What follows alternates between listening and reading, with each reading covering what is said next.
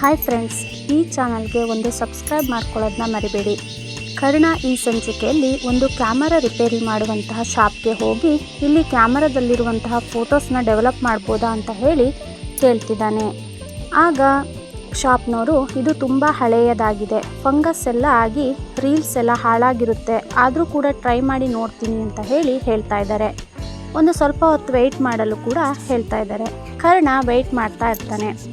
ಆಗ ತಕ್ಷಣವೇ ಅವರು ಬಂದುಬಿಟ್ಟು ಹೆಚ್ಚಿಗೆ ಫೋಟೋಸ್ಗಳೆಲ್ಲವೂ ಡೆಡ್ ಆಗಿ ಹೋಗಿದೆ, ಕೆಲವೊಂದು ಫೋಟೋಸ್ನ ಎಲ್ಲ ರಿಕವರಿ ಮಾಡಿದ್ದೀನಿ ತಗೋಪ ಅಂತ ಹೇಳಿ ಕರ್ಣನಿಗೆ ಹೇಳ್ತಾ ಇದ್ದಾರೆ. ಕರ್ಣ ಖುಷಿಯಿಂದ ಅದನ್ನೆಲ್ಲ ತೆಗೆದು ನೋಡ್ತಾನೆ.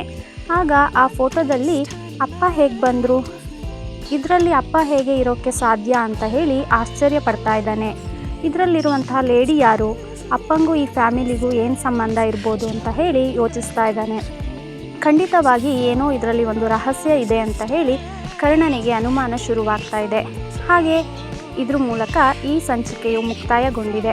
ಮುಂದಿನ ಸಂಚಿಕೆಯಲ್ಲಿ ಕರ್ಣ ಈ ರಹಸ್ಯನ ಬಯಲು ಮಾಡ್ತಾನ, ಹಾಗೆ ಆ ಲೇಡಿನ ಕಂಡು ಹಿಡಿಯುತ್ತಾನ ಅಂತ ಹೇಳಿ ಕಾದು ನೋಡಬೇಕಾಗಿದೆ.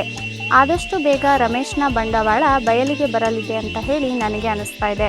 ನಿಮಗೆ ಏನು ಅನ್ನಿಸ್ತಿದೆ ಅಂತ ಕಮೆಂಟ್ ಮಾಡಿ. ಹಾಗೆ ತಪ್ಪದೇ ಈ ಚಾನಲನ್ನು ಸಬ್ಸ್ಕ್ರೈಬ್ ಮಾಡ್ಕೊಳ್ಳೋದನ್ನ ಮರಿಬೇಡಿ.